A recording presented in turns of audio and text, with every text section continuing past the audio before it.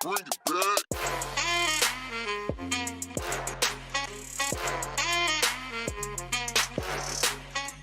Good morning, Panthers. Welcome to the WPNN. My name is Serenity. And my name is Sophia. It's a wonderful day to be a Panther. Panthers, the track and field teams will be having a mandatory meeting for all freshmen who would like to join the team. This meeting will be tomorrow after school. The girls' meeting will take place in Coach Troutman's room 5106. The boys' meeting will take place in Coach Benson's room 6110. Panthers, would you like to purchase the yearbook this year? Don't miss out on your chance to capture the memories of the school year. Don't wait. Order now during the fall early bird discount, only $75 to order online at buytheyearbook.com.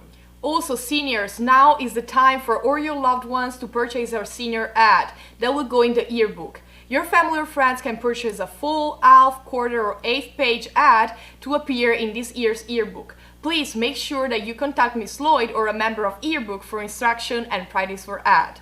Heritage Club News. Would you be interested in earning volunteer hours?